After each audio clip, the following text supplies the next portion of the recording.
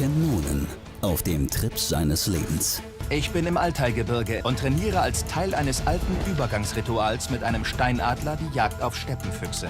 Er muss eine extreme Wanderung überstehen. Vor ein paar Stunden war es hier noch wie im Paradies, doch im Moment ist es die Hölle.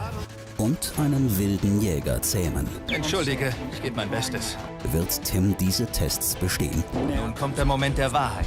Männerrituale in der Mongolei. Heute 20:15 Uhr.